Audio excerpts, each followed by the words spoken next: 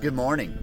Today we will be having the funeral service for Coach Tony Martino. He was the coach at Hickson High School for 42 years. And I have just come to love him and his wife Billy so much over these past few years. One of the things that just is so impressive to me about Coach, and I call him Coach. He was never my coach, but that's just what everybody calls him.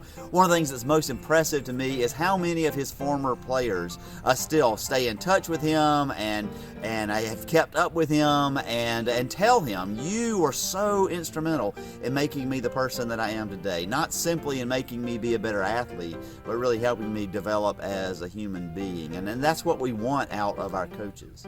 As I've been preparing for his funeral, I've been reflecting a lot on the ways that Jesus is like a coach to us. And let me share with you just a few of those. The first is, and this is really more for college coaches than high school coaches, but they have to go out and recruit. They're competing with other coaches for their players. And when they recruit, it seems to me that there's two things that are really important. The two most important factors are, first, the coach's personality and the player's personality. Are we going to mesh together? Are we going to be able to work together? Does that personality click? And sometimes a player will choose a team not based on the team's record or how good they are or whatever, but on the connection that player feels with a coach. And that may be a wonderful thing for them to do. And then the other is that players do want to know about the expertise of the coach. Is this coach going to be able to make me a better player? Is this coach going to be able to take our team and help our team be a better team? When Philip finds Jesus and is just convinced that he is the Messiah, he goes to Nathanael and he tells Nathanael, and Nathanael is terribly, terribly suspicious. And Nathanael first says, "Can anything good come out of Nazareth? I don't want to join the team of a coach from Nazareth."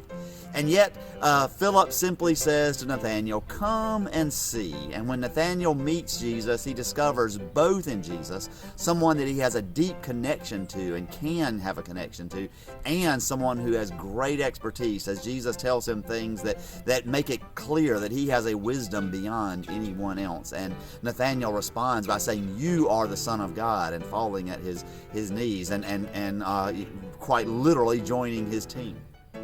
A great coach demonstrates a concern for the individual, just as Jesus did for Nathanael and Jesus did for so many individuals. Looking at the way that Jesus coached Peter throughout the Gospels is just astounding.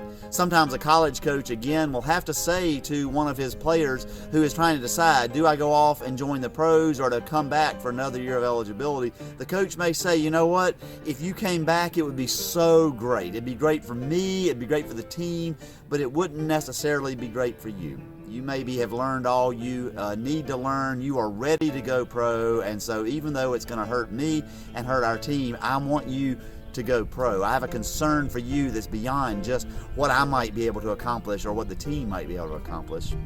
And Jesus, of course, in so many ways demonstrates concern for the individual.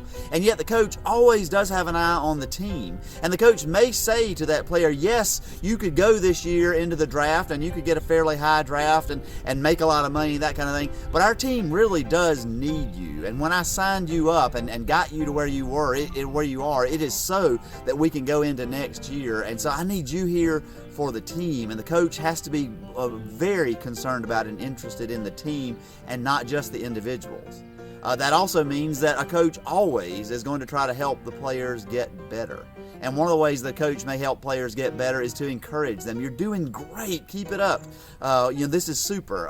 The coaches that you see on the sidelines, they're just jumping up and down. It's so excited. We kind of love to see that emotion out of coaches. But we also see the opposite in what can be a good way. Not always. It can be a good way. And that is that coaches have to chastise. You messed up. And I can't tolerate what you've done on to our team or what you've done in a way of messing up. Now, if it's a simple mistake, that's one thing. But if somebody's out there showboating or gets a personal foul or that kind of thing, you see coaches sometimes really giving the players the letter of the law there, really laying it down for them. And Jesus does that for us as well, encourages us, but because Jesus wants us to be better and Jesus needs the team to be better, he cannot tolerate when we are knowingly and willfully doing things that we don't need to do that are damaging for us and damaging for the team.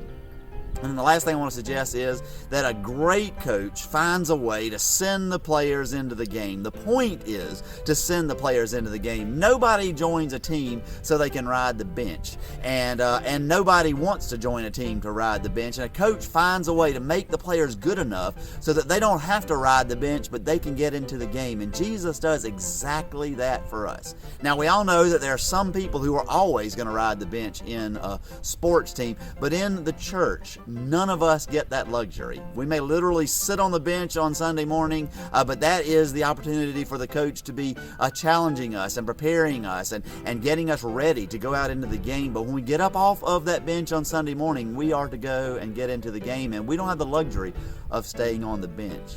But here's one huge difference between Jesus and a coach.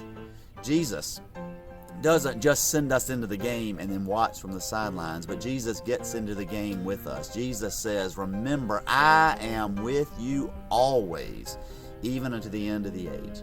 And so, brothers and sisters, on this day, let us encourage one another. Let us even sometimes perhaps chastise one another, and let us listen for the encouragement and the chastisement of Jesus so that we might be better. But once we recognize that Jesus is making us better, let us get into the game. And we do that knowing that, indeed, Jesus is with us. Amen.